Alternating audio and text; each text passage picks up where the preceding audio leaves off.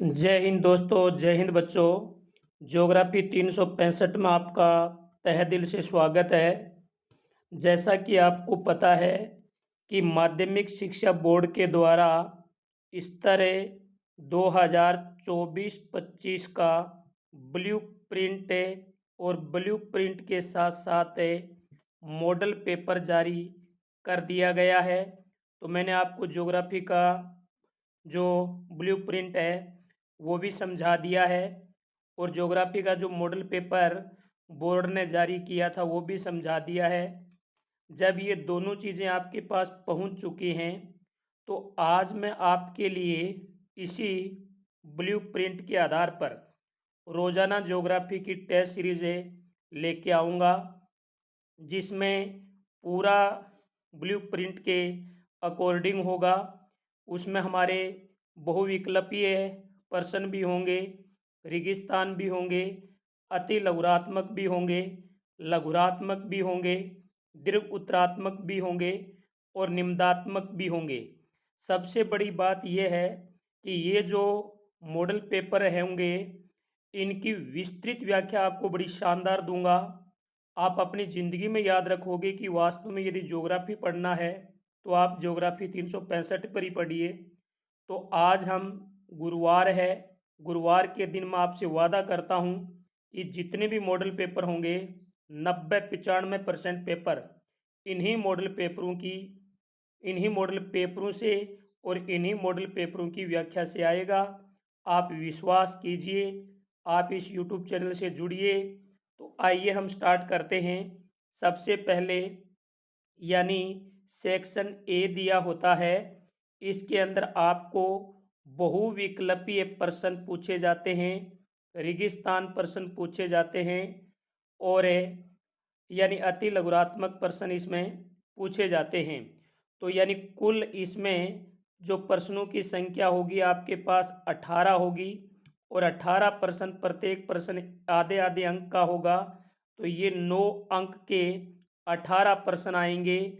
आप ये 18 मत मानिए, जब आप पूरा वीडियो देख लोगे तो आप यही कहोगे सर ये 18 नहीं है, ये तो 180 हैं।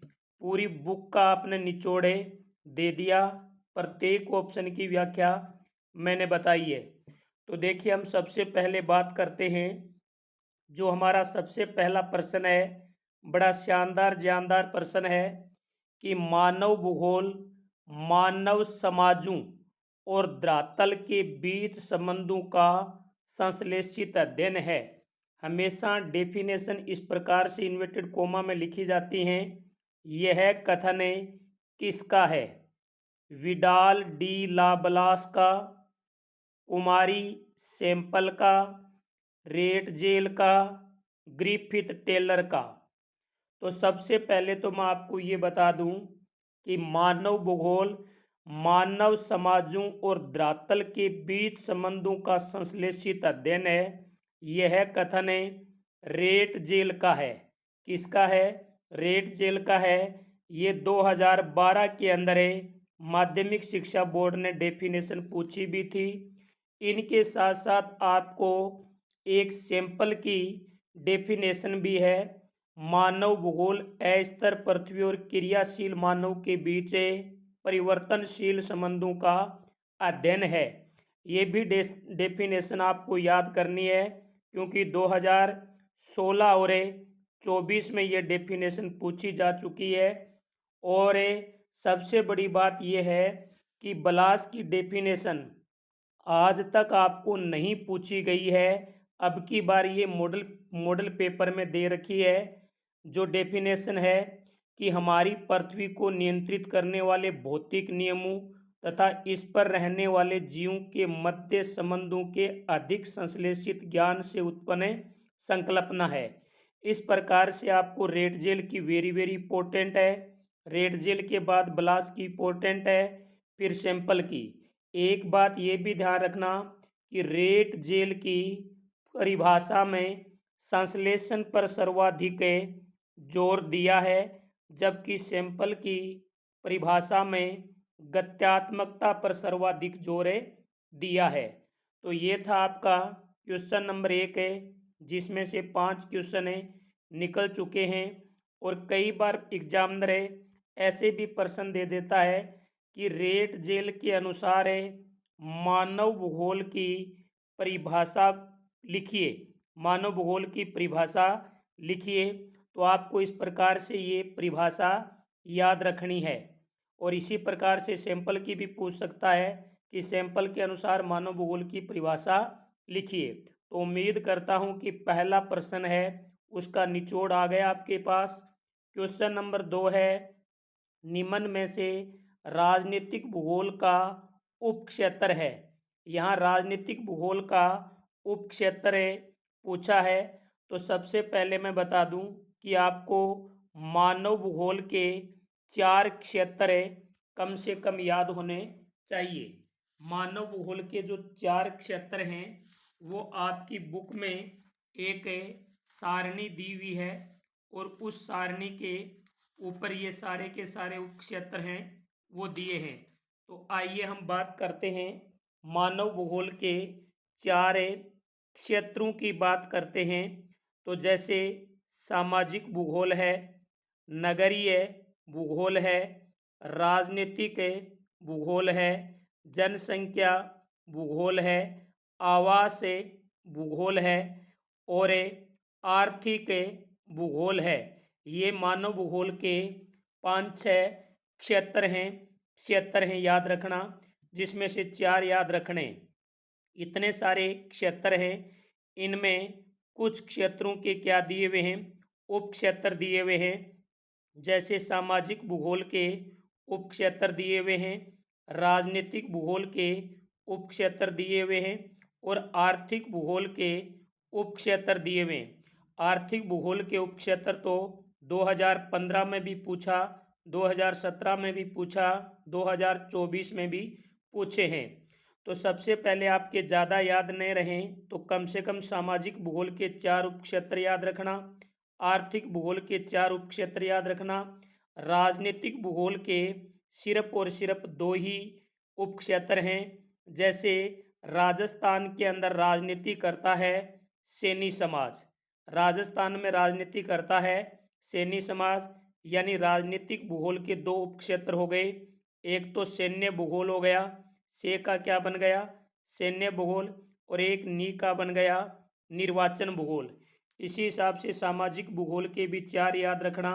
जैसे व्यवहारवादी भूगोल है, सामाजिक कल्याण का भूगोल है, अवकाश का भूगोल है, सांस्कृतिक भूगोल है, लिंग भूगोल है, ऐतिहासिक भूगोल है, चिकित्सा भूगोल है। इसमें से कोई भी 4 याद कर लेना। आर्थिक भूगोल में भी आपको 4 याद रखने हैं।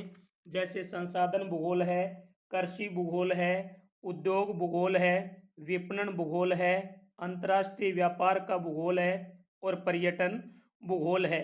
यानी इस प्रकार से इसमें आपको 4 याद रखने हैं। तो क्वेश्चन नंबर 2 का उत्तर आपको मिल गया होगा। इसमें ब आएगा निर्वाचन भूगोल। उम्मीद करता हूँ कि क्वेश्चन नंबर 2 का पूरा निचोड़ आपके पास आ गया होगा और आप पूर्णतः सेटिस्फाई होंगे। अब हम बात करते हैं क्वेश्चन नंबर 3 की। बड़ा शानदार है।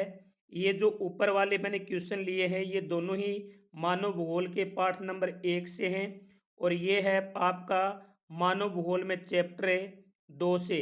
जहाँ से लेसन स्टार्ट होता है वहीं नीचे ब्लैक डब्बा दिया हुआ है और उस डब्बे में एक डेफिनेशन दी हुई है, वो है सवर्ण से नहीं, सवर्ण से नहीं वर्ण केवल स्त्री और पुरुषों से एक राष्ट्र मजबूत और महान बनता है। यानी कहने का मतलब है कि सोने से नहीं, सोना मतलब सवर्ण से नहीं, केवल स्त्री और यानी पुरुषों से एक राष्ट्र मजबूत और महान बनता है। यह कथन किसका है? जॉर्ज बी क्रेसी का, गांधी जी का, राल्फ वाल्डो इमर्सन का, रेटजेल का। तो देखिए रेटजेल का तो हो नहीं सकता। रेटजेल ने तो मानव भूगोल की परिभाषा दी थी जो मैंने 1 नंबर क्वेश्चन में बताई है। गांधी जी का भी नहीं हो सकता। गांधी जी ने तो रेल मार्गों के ऊपर एक डेफिनेशन दी है। जॉर्ज बी है, इसने एशिया की जनसंख्या के बारे में डेफिनेशन दी है। अब बच गया कौन है? Ralph Waldo immersion. Ralph Waldo immersion का ये कथन है, जबकि जॉर्ज बी का, यानी ये तो राल्फ वाल्डो इमर्सन का है।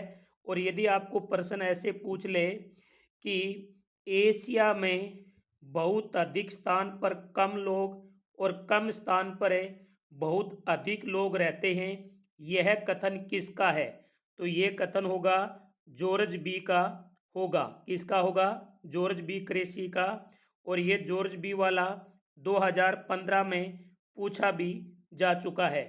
तो ये दोनों आपको मैंने जो कथन बताए हैं ये याद रखने हैं। रेड जेल की डेफिनेशन मैंने बताई दी। गांधी जी का आगे इसके दूसरे मॉडल पेपर में आएगा। इनके बाद में क्वेश्चन नंबर 4 है जनसंख्या परिवर्तन के। तो क्वेश्चन नंबर 3 का आपके पास निचोड़ आ गया होगा, आप पूर्णतः सेटिस्फाई हो गए होंगे। क्वेश्चन नंबर 4 है जनसंख्या परिवर्तन के घटक हैं। तो जनसंख्या परिवर्तन के पहली बात तो आपको ये पता होना चाहिए कि ये क्वेश्चन कौन से लेसन से है। तो ये मानव भूगोल के चैप्टर 2 से लिया गया है। देखिए जनसंख्या परिवर्तन के घटक कितने हैं। सबसे पहले तो आपको ये पता होना चाहिए कि ये घटक हैं कितने, तो ये 3 हैं। जनसंख्या परिवर्तन का मतलब होता है कि जनसंख्या घटती बढ़ती क्यों है, इसके कौन से 3 घटक हैं। तो एक तो किसी भी घर के अंदर, गांव के अंदर, ढाणी में, जिले में, राज्य में, देश में जब बच्चे जन्म लेते हैं तब जनसंख्या बढ़ती है। या फिर लोग मरने लग जाएं, मृत्यु होने लग जाए तो जनसंख्या क्या होती है, घटती है। और यदि तीसरा कारण है यानी प्रवास, जहाँ पर लोग जाते हैं वहाँ पर ये लोग जनसंख्या को बढ़ाते हैं और जहाँ से जाते हैं वहाँ पर जनसंख्या घटती है।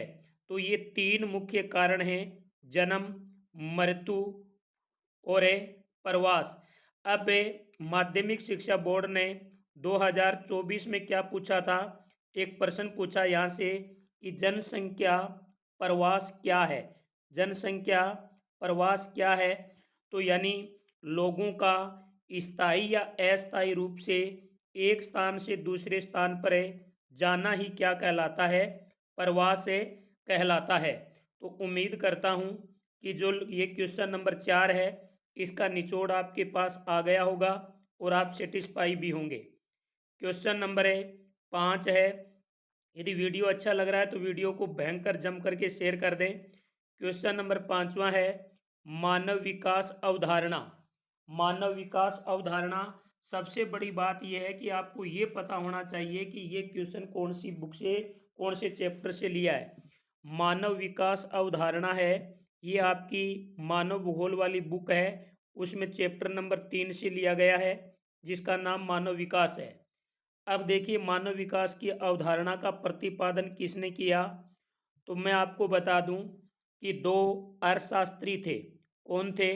2 अर्थशास्त्री थे। इन 2 अर्थशास्त्रियों में एक भारतीय अर्थशास्त्री था और एक पाकिस्तान का था। अब भारतीय अर्थशास्त्री कौन था? अमर्त्य सेन था। और जो पाकिस्तानी अर्थशास्त्री था वो डॉक्टर महबूब उल हक था। वो कौन था? डॉक्टर महबूब उल हक था। दोनों ही ये क्या हैं? अच्छे मित्र थे। इमर्सन का इसमें कोई लेना देना नहीं है, जिसकी डेफिनेशन पीछे आ गई। ब्लास का भी इसमें कोई लेना देना नहीं है, जिसकी पीछे डेफिनेशन आ गई। बचे कौन है? अमर्त्य सेन और डॉक्टर महबूब उल हक। एक भारतीय अर्थशास्त्री है, एक पाकिस्तानी अर्थशास्त्री है। दोनों ही क्या हैं? घनिष्ठ मित्र हैं। दोनों ही क्या हैं? घनिष्ठ मित्र हैं। और दोनों ने मानव विकास की विचारधाराओं को प्रस्तुत करने की कोशिश की है।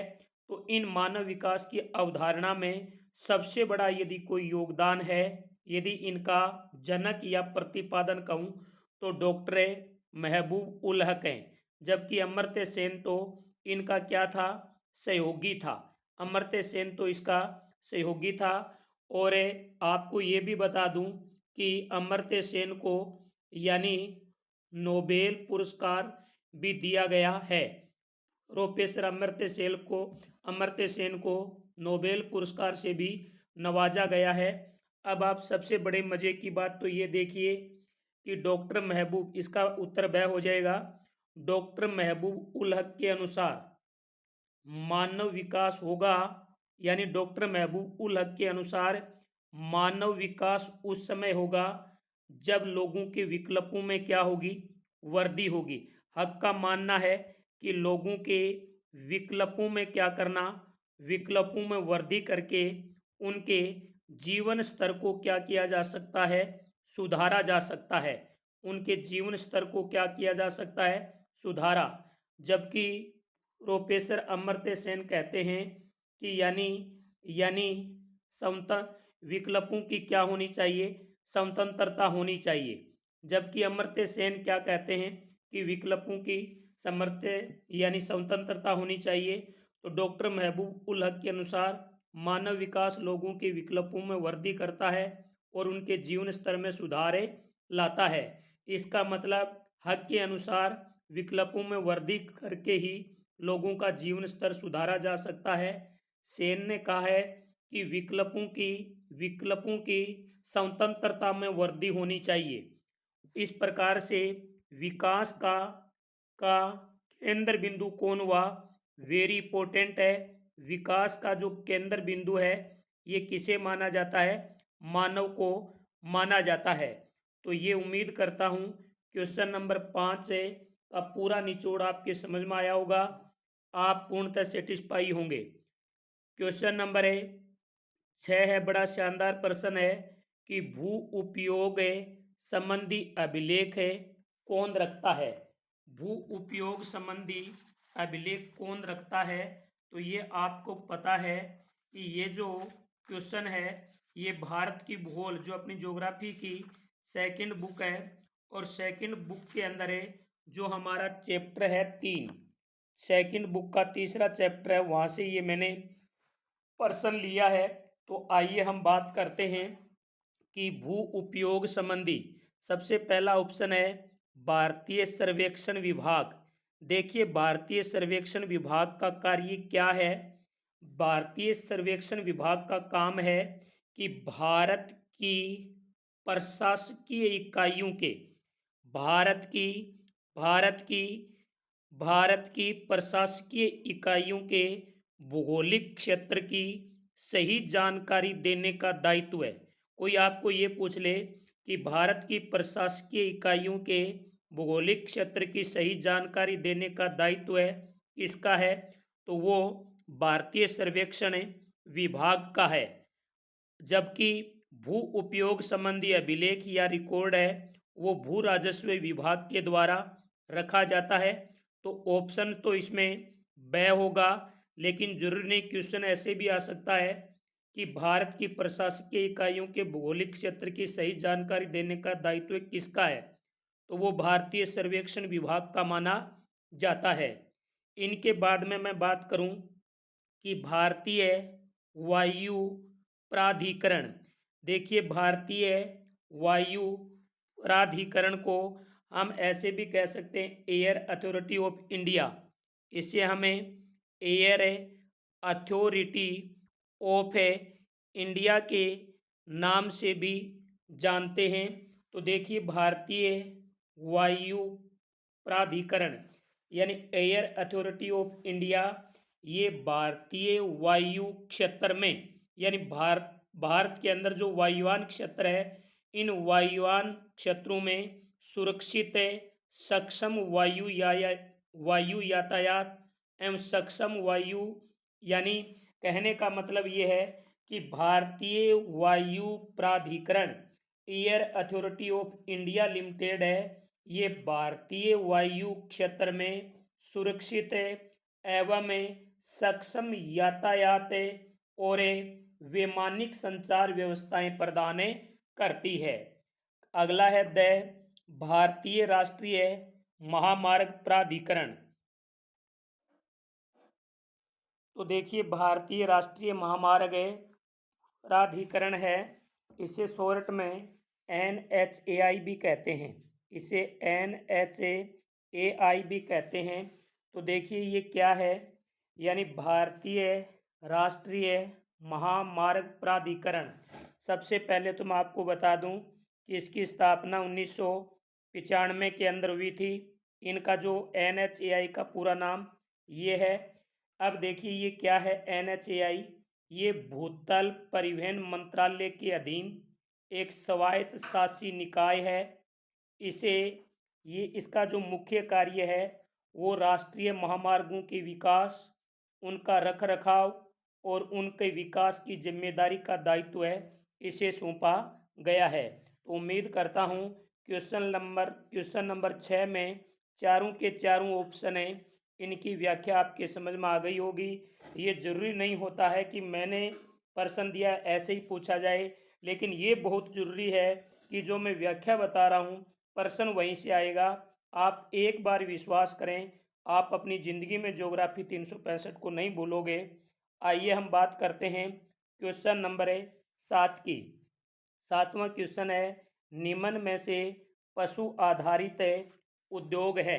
यानी पशु आधारित उद्योग का मतलब होता है कि पशुओं से जो कच्चा माल हमें प्राप्त होता है वो कृषि आधारित उद्योग माने जाते हैं। तो सबसे पहले तो मैं आपको बता दूं कि जो पशु आधारित उद्योग कौन कौन से हैं। तो पशु आधारित उद्योगों में चमड़ा उद्योग भी आता है, ऊन उद्योग भी आता है, डेयरी उद्योग भी आता है। उपयुक्त सभी आएंगे, लेकिन जरूरी नहीं है कि आपको पशु आधारित उद्योग ही पूछे, आपको कृषि आधारित उद्योग भी पूछे जा सकते हैं। कृषि आधारित उद्योगों में सूती वस्त्र उद्योग आता है, चीनी उद्योग आता है, रबड़ उद्योग आता है, चाय कॉफ़ी उद्योग आता है, वनस्पति तेल उद्योग आता है। आपको यानी खनिज आधारित उद्योग भी पूछे जा सकते हैं। यदि आपको डायरेक्ट खनिज आधारित उद्योग पूछे तो आपका उत्तर होगा जैसे लोहा इस्पात उद्योग है, तांबा उद्योग है, एल्यूमिनियम उद्योग है, सीमेंट उद्योग है, चीनी मिट्टी के बर्तन बनाने का उद्योग है। ये सारे क्या हैं, खनिज आधारित उद्योग हैं। अब खनिज आधारित उद्योग भी दो प्रकार के होते हैं। यदि आपको धात्विक पूछ ले, धात्विक का मतलब होता है जिसके अंदर अन्य धातुओं का अंश पाया जाता है। धात्विक पूछे तो इसमें लोहा इस्पात उद्योग आएगा। और यदि आपको यानी अधात्विक पूछे, अधात्विक का मतलब होता है जिसके अंदर किसी भी अन्य धातुओं का मिश्रण नहीं होता, जैसे सीमेंट उद्योग है, चीनी मिट्टी बर्तन उद्योग है। अब जो धात्विक उद्योग को भी दो भागों में बांट रखा है, लोहा उद्योग यदि आपको डायरेक्ट पूछ ले कि धात्विक तो लोहा इस्पात तांबा एल्यूमिनियम हो जाएगा। अधात्विक पूछ ले तो सीमेंट चीनी मिट्टी बर्तन हो जाएगा। धात्विक को भी दो भागों में बांटा है, लोहा और अलोहा। लोहा वो होते हैं जिसमें लोहांश की मात्रा पाई जाती है, जैसे लोहा इस्पात उद्योग हो गया। अलोहा वो होते हैं जिसमें लोहे की मात्रा नहीं पाई जाती है, जैसे तांबा और एल्यूमिनियम हो गया। इसके अलावा यदि आपको रसायन आधारित उद्योग इसमें पूछ ले, रसायन आधारित इसमें पूछ ले तो जैसे कौन कौन से उद्योग हो सकते हैं, जैसे पेंट्रो रसायन उद्योग है, प्लास्टिक उद्योग है, तारपीन तेल उद्योग है, कागज उद्योग है और कृत्रिम रेशा उद्योग है। ये रसायन आधारित उद्योग हैं। तो मैंने यहाँ पर आपको पशु आधारित बताया, कृषि आधारित बताया, खनिज आधारित इसमें धात्विक अधात्विक लोहा अलोहा बताया और रसायन बताया। अक्सर यहाँ से प्रश्न पूछे जाते हैं, तो आप इनको बढ़िया तरीके से याद करें। उम्मीद करता हूँ क्वेश्चन नंबर 7 की व्याख्या आपको समझ में आई होगी।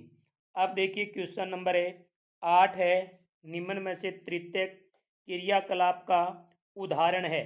देखिए जो क्रियाकलाप हैं वो 5 हैं।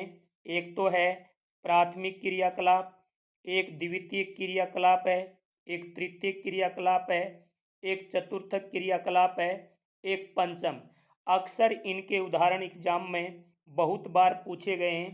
तो मैं आपको बता दूं कि जो प्राथमिक क्रियाकलाप हैं उनके अंदर कौन कौन से उदाहरण आएंगे। तो प्राथमिक क्रियाकलाप के उदाहरण हैं जैसे कृषि करना, पशुपालन करना, मत्स्य पालन, लकड़ी काटना और माइनिंग। ये सारे के सारे प्राथमिक क्रियाकलाप के उदाहरण हैं, जबकि द्वितीयक के निर्माण, विनिर्माण और प्रसंस्करण ये 3 द्वितीयक के उदाहरण हैं। और जो हमारा तृतीयक क्रियाकलाप है, ये सेवा सेक्टर से संबंधित है। लोगों से ये रुपए लेता है और बदले में सेवा देता है, जैसे परिवहन है, संचार है, व्यापार है, बीमा है, बैंकिंग है, अन्य सेवाएं। अब हम बात करते हैं चतुर्थक क्रियाकलाप के। 2 मुख्य उदाहरण हैं, एक सूचना आधारित है, एक अनुसंधान एवं विकास आधारित है। अब जो पंचम क्रियाकलाप है, इसमें बहुत बड़े बड़े ज्ञानी लोग आते हैं जो एसी रूमों के अंदर बैठे बैठे क्या करते हैं, कार्य करते हैं। पंचम क्रियाकलाप में कौन आएंगे, जैसे विशेषज्ञ आएंगे, निर्णयकर्ता आएंगे, परामर्शदाता आएंगे और नीति निर्धारक आएंगे। तो ये था क्वेश्चन नंबर 8 की पूरी व्याख्या। उम्मीद करता हूँ आज का वीडियो आपको बहुत अच्छा लग रहा है। भले ही वीडियो लंबा होगा, लेकिन वीडियो बहुत ही सारगर्भित होगा। एग्जाम के अंदर देख लेना, आपको 99 नहीं 95, 97, 98% पर्सन आपको हूबहू मिलेंगे। आइए हम बात करते हैं क्वेश्चन नंबर 9 की। 9 नंबर क्वेश्चन है, देश में सर्वप्रथम रेडियो क्लब ऑफ बॉम्बे, ये याद रखना, रेडियो क्लब ऑफ बॉम्बे द्वारा रेडियो कार्यक्रम कब प्रसारित किया गया। यानी भारत में सबसे पहले रेडियो कार्यक्रम कब प्रसारित हुआ और किया किसने। तो मैं आपको यहाँ पर बता दूं कि आप सबको पता है कि भारत में सबसे पहले रेडियो का प्रसारण 1923 के अंदर हुआ था, लेकिन मैं व्याख्या बताऊंगा, वो शायद आपको नहीं पता होगी। तो 1923 में भारत में रेडियो क्लब ऑफ बॉम्बे द्वारा ये कार्यक्रम प्रसारित किया गया था। अब देखिए मज़े की बात है, आगे आती है 1930। 1930 में इंडियन ब्रॉडकास्टिंग सिस्टम ने इसको अपने नियंत्रण में ले लिया। और फिर आगे डेट आती हैं 1936। 1936 में ऑल इंडिया रेडियो में इसे बदल दिया गया। और फिर आगे डेट आती है 1957। 1957 में इसे आकाशवाणी के अंदर बदल दिया गया। तो डेट भले ही आपके याद है कि रेडियो कार्यक्रम प्रसारण 1923 में हुआ, रेडियो क्लब ऑफ बम्बे ने किया, लेकिन मेरे लाल और लालियों ये ध्यान रखना कि 1923 तो याद है, लेकिन 1930 भी तो पूछा जा सकता है कि इंडियन ब्रॉडकास्टिंग सिस्टम के ने अपने नियंत्रण में रेडियो क्लब ऑफ बम्बे को कब लिया। तो 1930 आ जाएगी। 1936 में क्या हुआ, ऑल इंडिया रेडियो में इसका बदल दिया गया। 1957 में आकाशवाणी के अंदर बदल दिया गया। तो ये आपको व्याख्या महत्वपूर्ण है। आज का वीडियो बड़ा ही शानदार मज़ेदार होगा। देखिए क्वेश्चन नंबर 10, बड़ा शानदार प्रश्न है। गेट और WTO। सबसे पहले तो मैं मेरे बच्चों से उम्मीद करूंगा कि आपको गेट का पूरा नाम का पता होना चाहिए। गेट का पूरा नाम है व्यापार व शुल्क हेतु सामान्य समझौता। व्यापार व शुल्क हेतु सामान्य समझौता है, ये गेट का पूरा नाम है। फिर आपको WTO का नाम का पता होना चाहिए, विश्व व्यापार संगठन। अब हम बात करते हैं कि गेट का गठन हुआ था 1948 को। गेट का सर्वप्रथम गठन कब हुआ, 1948 को हुआ। जबकि WTO का गठन है वो जनवरी 1995 में हुआ। और इसी समय गेट को इसमें रूपांतरित किया गया, सबको पता है। लेकिन मैं इनकी आपको एक नींव बताने वाला हूँ कि इस प्रकार से गेट बना, गेट क्यों बना, फिर गेट को WTO में क्यों लाया गया। सबसे बड़ी बात यह है, डेट याद करना कोई मुश्किल नहीं है, लेकिन इनका बेस समझना बहुत ज़रूरी है। आजकल क्वेश्चन है वो अप्लाइड आने लग गए हैं।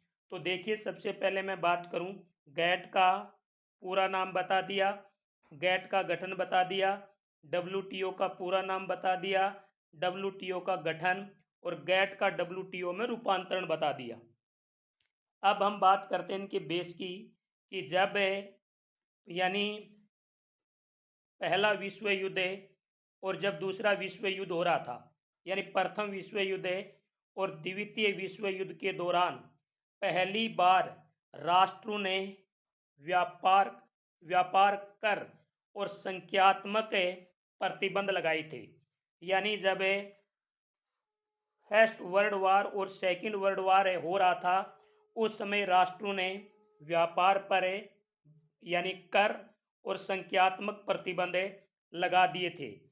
जैसे ही ये विश्व युद्ध समाप्त हुए तो समाप्त होने पर गैट जैसी विश्व युद्ध के बाद यानी गैट जैसी संस्थाओं ने शुल्क घटाने में सहायता की थी। यानी जब पहला और दूसरा विश्व युद्ध हो रहा था, उस समय राष्ट्रों ने अपने व्यापार पर चुंगी टैक्स कर लगा दिया था और लगा करके व्यापार को रोक दिया था। लेकिन जैसे ही ये विश्व युद्ध समाप्त हो जाते हैं, समाप्त होने के बाद राष्ट्रों के बीच में झट झट के व्यापार होने लगा और इन व्यापार के लिए जो पहले शुल्क लगे हुए थे, इनको घटाने के लिए गैट जैसी संस्थाओं का निर्माण किया गया। तो देखिए, ये तो था गैट का निर्माण।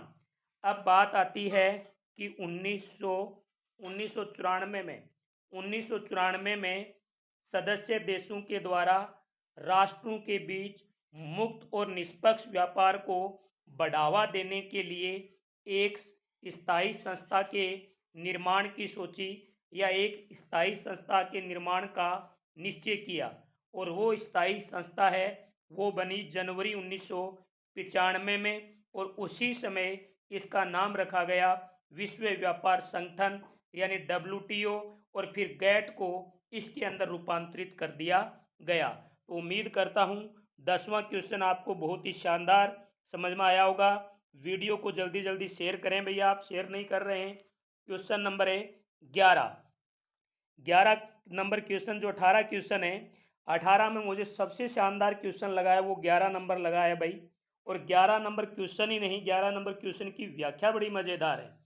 11 नंबर क्या है कि वोरिएंट एक्सप्रेस रेल मार्ग, वोरिएंट एक्सप्रेस रेल मार्ग का आरंभिक और अंतिम स्टेशन कौन सा है। बड़ा शानदार प्रश्न है कि वोरिएंट एक्सप्रेस रेल मार्ग का आरंभिक और अंतिम स्टेशन कौन सा है। पहले हम ऑप्शन देखेंगे, साथ में व्याख्या भी देखेंगे। ऑप्शन ए है कि ये यानी सेंट पीटर्सबर्ग से व्लादिवोस्टोक तक, सेंट पीटर्सबर्ग से व्लादिवोस्टोक तक नहीं भाई, सेंट पीटर्सबर्ग से व्लादिवोस्टोक तक तो पार साइबेरियन रेल मार्ग जाता है। पार साइबेरियन रेल मार्ग का आरंभिक स्टेशन सेंट पीटर्सबर्ग है, अंतिम स्टेशन व्लादिवोस्टोक है। तो वोरिएंट में ए तो गलत हो गया, लेकिन मेरे लाल और लालियों ये भी ध्यान रखना, जरूर नहीं है ये वोरिएंट एक्सप्रेस रेल मार्ग के आरंभिक और अंतिम स्टेशन आपको पूछे, और भी खूब सारे रेल मार्ग हैं उनके भी पूछ सकता है। तो आप पार साइबेरियन का याद रखना। दूसरा है पेरिस से इस्तांबुल तक, पेरिस से इस्तांबुल तक है, ये वोरिएंट एक्सप्रेस रेल मार्ग का आरंभिक और अंतिम स्टेशन है। वोरिएंट एक्सप्रेस रेल मार्ग का आरंभिक और अंतिम स्टेशन है वो पेरिस से इस्तांबुल है। ऑप्शन स है। तो 11 में ब उत्तर तो आपको मिल गया, जल्दबाजी न करें, स भी देख लें, द भी देख लें। स में है हेलीपैक्स से वैंकूवर, हेलीपैक्स से यानी पूर्व में हेलीपैक्स से शुरू होता है और पश्चिम में ये वैंकूवर तक जाता है। वो कौन सा रेल मार्ग है, वो है पार कनाडियन रेल मार्ग। पार कनेडियन रेल मार्ग है, पूर्व में हेलीपैक्स से आरंभ होता है और पश्चिम में ये यानी कहाँ तक जाता है, वैंकूवर तक। चौथा है यानी पर्थ सिडनी, पर्थ सिडनी है, ये कौन सा है भाई, ये ऑस्ट्रेलियन रेल मार्ग है, ऑस्ट्रेलियन रेल मार्ग है, पश्चिम में पश्चिम में कहाँ से शुरू होता है? पश्चिम में पर्थ से शुरू होता है और ये पूर्व में सिडनी तक जाता है। तो उम्मीद करता हूँ कि सेंट पीटर्सबर्ग व्लादिवोस्टॉक है, पार साइबेरियन रेलमार्ग के आरंभिक और अंतिम स्टेशन है, पूर्व में हेलिफैक्स से पश्चिम में वैंकूवर तक जाने वाला पार कनाडियन रेल मार्ग है। यानी देखिए दोबारा है, सेंट पीटर्सबर्ग व्लादिवोस्टॉक तक कौन सा जा रहा है? पार साइबेरियन जा रहा है। पूर्व में हेलिफैक्स से शुरू होकर पश्चिम में जो वैंकूवर तक जा रहा है वो पार कनाडियन रेल मार्ग जा रहा है। और इनके बाद में जो आपका पेरिस से इस्तांबुल तक जा रहा है ये आपका ओरिएंट एक्सप्रेस रेल मार्ग जा रहा है। पर्थ से सिडनी ऑस्ट्रेलियन जा रहा है।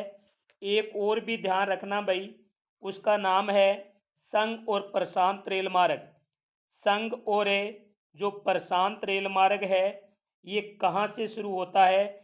ये न्यूयॉर्क से शुरू होता है और सैन फ्रांसिस्को तक जाता है। ये 5 प्रमुख रेल मार्ग हैं जिनके आरंभिक और अंतिम स्टेशन अक्सर एग्जाम में पूछे जाते हैं। तो आप इनको रट डालिए, ढो डालिए, घोट के पी डालिए। क्वेश्चन नंबर 12 है। 12 नंबर क्वेश्चन है, भारत की पहली संपूर्ण जनगणना कब हुई? ये क्वेश्चन भारत की भूगोल से लिया गया है और पहले ही चैप्टर से लिया गया है। तो आइए हम बात करते हैं कि भारत की पहली जनगणना कब हुई। तो सबसे पहले तो आपको ये पता होना चाहिए कि 2011 की जनगणना के अनुसार भारत की जनसंख्या कितनी है। 2011 की जनगणना के अनुसार भारत की जनसंख्या है 121 करोड़। फिर आपको दूसरा इस बात का पता होना चाहिए कि भारत का जनसंख्या की दृष्टि से कौन सा स्थान माना जाता है। यानी भारत का जनसंख्या की दृष्टि से कौन सा स्थान है? तो चीन के बाद भारत का दूसरा स्थान माना जाता है। तीसरी बात ये पता होनी चाहिए कि उत्तरी अमेरिका महाद्वीप को मिला दें, दक्षिणी अमेरिका महाद्वीप को मिला दें और ऑस्ट्रेलिया को मिला दें, इन तीनों को मिलाने के बाद भी अपने देश की जनसंख्या वो सर्वाधिक है। और ये सर्वाधिक जनसंख्या देश के सीमित संसाधनों के ऊपर दबाव डालती है और देश में अनेक सामाजिक आर्थिक समस्याएं उत्पन्न होती हैं या देश की अनेक सामाजिक और आर्थिक समस्याओं के लिए ये उत्तरदायी है। अब हम बात करते हैं कि भारत की पहली संपूर्ण जनगणना कब हुई। यहाँ पर संपूर्ण नाम दे दिया। पिछली साल 2024 में प्रश्न पूछा था कि भारत में पहली जनगणना कब हुई, तो सब ने लिखा 1872 में हुई। बिल्कुल, भारत की पहली जनगणना 1872 में हुई थी, लेकिन वो अव्यवस्थित थी, संपूर्ण नहीं थी। अब हम बात करते हैं कि भारत की पहली संपूर्ण जनगणना कब हुई, तो वो 1881 में हुई। भारत की पहली संपूर्ण जनगणना 1881 में हुई और वैसे भारत में पहली जनगणना 1872 में हुई। तो याद रखना, क्वेश्चन कैसे भी घुमा फिरा के दिया जा सकता है। अगला क्वेश्चन है आपका, अब देखिए अगला क्वेश्चन है, बॉक्साइट एवं मैग्नीज का सबसे बड़ा उत्पादक राज्य है। जरूर नहीं दोनों ही आपको पूछे, बॉक्साइट अकेले का पूछ सकता है, मैग्नीज अकेले का पूछ सकता है, लेकिन यहाँ पर मैंने आपको दोनों बताने की कोशिश की है। तो देखिए, बॉक्साइट और मैग्नीज, सबसे पहले तो आपको ये पता होना चाहिए कि बॉक्साइट है वो एक अयस्क है और बॉक्साइट का जो यूज है, उपयोग है, वो एल्यूमिनियम उद्योगों के अंदर किया जाता है, एल्यूमिनियम विनिर्माण में किया जाता है। दूसरी बात आपको ये पता होना चाहिए कि मैग्नीज है ये भी एक अयस्क है और मैग्नीज का उपयोग है वो लोहा अयस्क को गलाने में किया जाता है। यानी लोहा अयस्क को गलाने में या लोहा आयस्क के प्रगलन में इनका उपयोग किया जाता है। तो ये आपको पता होना चाहिए। फिर हम बात करते हैं कि बॉक्साइट और मैग्नीज का सबसे बड़ा उत्पादक राज्य है वो कौन सा है। तो बॉक्सर मैग्नीज को उड़ा देते हैं। बॉक्सर होते हैं वो मैग्नीज को करते क्या है, उड़ा देते हैं। उड़ा देने का मतलब उड़ीसा। बॉक्सर उड़े, बॉक्सर उड़े मैग्नीज, इसकी कैसे भी बना लो, ट्रिक बना के याद कर लो। बॉक्साइट मैग्नीज उड़ीसा में सबसे ज़्यादा उत्पादित किया जाता है। और यदि आपको कोयला पूछ ले तो कोयला का सर्वाधिक जो महत्वपूर्ण क्षेत्र है वो गोंडवाना कोयला क्षेत्र है। और ये गोंडवाना कोयला क्षेत्र है दामोदर घाटी के अंदर स्थित है। यहाँ से 2/3 कोयला, देश का 2/3 कोयला यहीं पर उत्पादित किया जाता है। तो ये था आपका क्वेश्चन नंबर 13। उम्मीद करता हूँ इनकी व्याख्या आपको समझ में आ गई होगी। अब हम बात करते हैं क्वेश्चन नंबर 14 की कि भारतीय राष्ट्रीय महामार्ग प्राधिकरण NHAI का गठन कब हुआ। गठन तो मैंने इनका आपको बहुत पहले ही बता दिया था। ये भारत की भूगोल में पेज नंबर 75 पर इसका उत्तर दिया हुआ है। और हमें सिर्फ NHAI का पूरा नाम यहाँ नहीं देखना है और न ही इनका गठन देखना है, क्योंकि ये चीज़ें तो हम पहले देख चुके हैं। लेकिन हमें इनके साथ साथ और देखना है। देखिए सबसे पहला दे रखा है 1943। अब बात करते हैं 1943 में क्या हुआ। देखिए भारत में द्वितीय विश्व युद्ध से पहले तक आधुनिक जो सड़कें हैं, आधुनिक सड़क परिवहन है वो बहुत ही सीमित था। और इनको बढ़ाने के लिए इनके लिए पहला गंभीर प्रयास 1943 में किया गया और एक योजना बनाकर किया गया।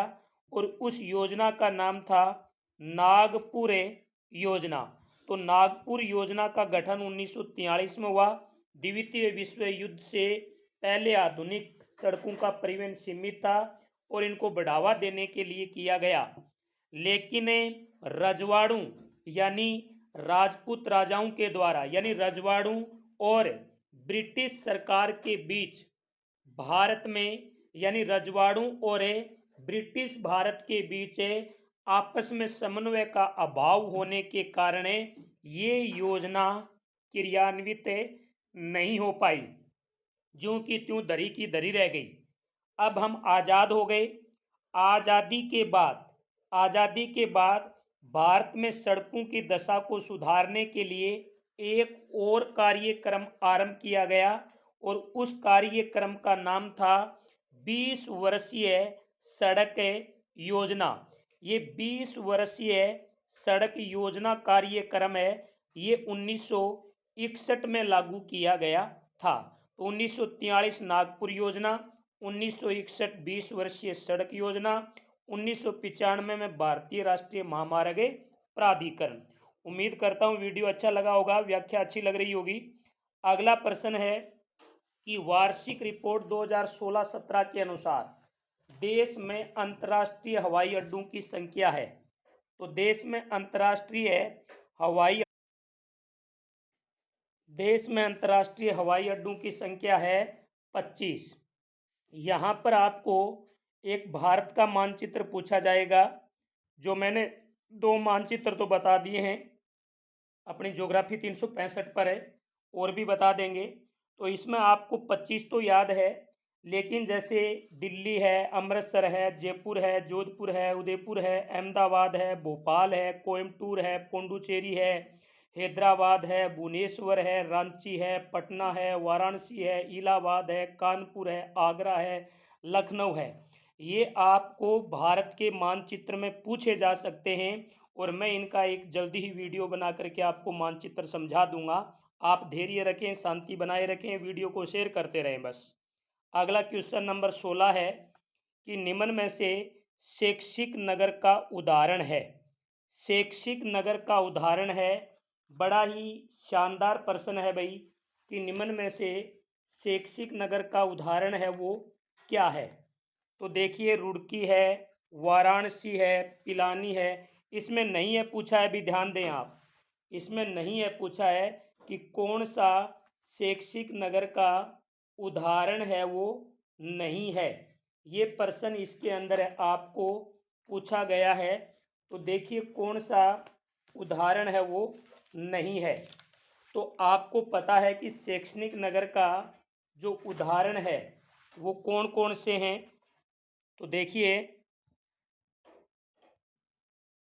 ये प्रश्न है, ये आपका भारत की भूगोल में 19 नंबर पेज पर दे रखा है। और मैं आपको विश्वास दिलाता हूँ कि यहाँ से पक्का प्रश्न आएगा, आप रट लेना चाहिए, अक्सर एग्जाम में प्रश्न पूछा जाता है। तो 18 और 19 पेज पर है ये, यानी नगरों का प्रकार्यात्मक वर्गीकरण पूछा है। नगरों का प्रकार्यात्मक वर्गीकरण पूछा है। तो नगरों को कार्यों के आधार पर कितने भागों में बांटा। जैसे एक नंबर है प्रशासन नगर। तो आप किन्हीं 4 प्रशासन नगरों के उदाहरण रट लेना। जैसे चंडीगढ़ है, नई दिल्ली है, जयपुर है, चेन्नई है, श्रीनगर है, गांधीनगर है, भोपाल, शिलोंग, गुवाहाटी। इनमें से कोई 4 रट लेना। दूसरा है औद्योगिक नगर। औद्योगिक नगरों के भी 4 उदाहरण रट लेना।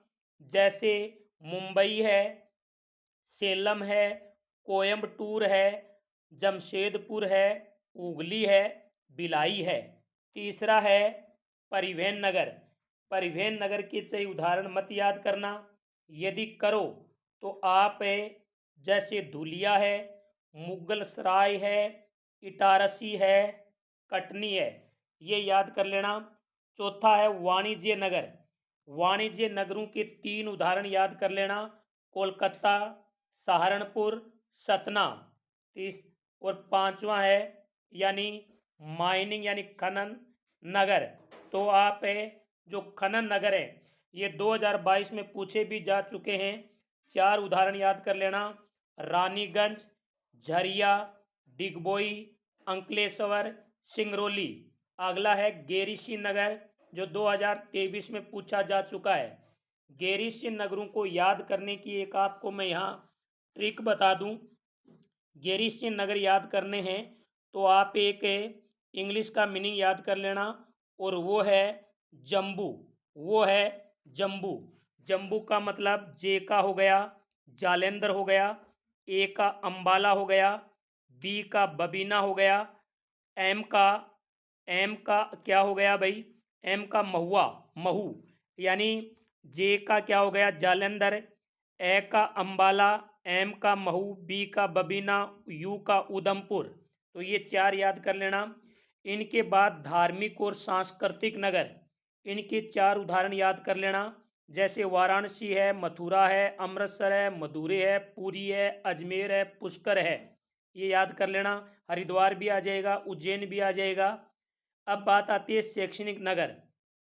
शैक्षणिक नगरों के भी 4 उदाहरण याद कर लेना। जैसे रुड़की है, वाराणसी है, अलीगढ़ है, पिलानी है, इलाहाबाद है। फिर आते हैं पर्यटन नगर। तो इनमें आपके नैनीताल है, मसूरी है, शिमला है और पंचमंडी है। यदि आपको राजस्थान के पूछ ले तो जोधपुर और जैसलमेर कर देना।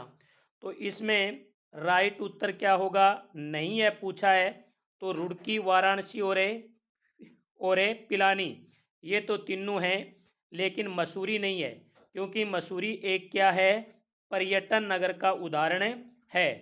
क्वेश्चन नंबर 17 है चतुर्थक क्रियाकलाप का उदाहरण है। तो यहाँ पर मैं इसकी व्याख्या नहीं बताऊंगा, क्योंकि इनकी व्याख्या मैंने व्यवसाय जो प्रथम क्रियाकलाप, द्वितीय क्रियाकलाप, तृतीय, चतुर्थ, पंचम की पीछे मैंने उदाहरण बता दिए हैं। तो इस उत्तर का आप उत्तर इस प्रश्न का उत्तर आप कमेंट बॉक्स के अंदर जरूर देंगे, क्योंकि मैंने आपको बताया था कि इनमें 3 तो वो हैं जिनमें ज्ञानी व्यक्ति हैं, 3 तो ज्ञानी व्यक्ति हैं, और एक है वो है चतुर्थ क्रियाकलाप का उदाहरण। तो मैं वेट कर रहा हूँ, इंतजार कर रहा हूँ आपके इस क्वेश्चन नंबर 17 के उत्तर का।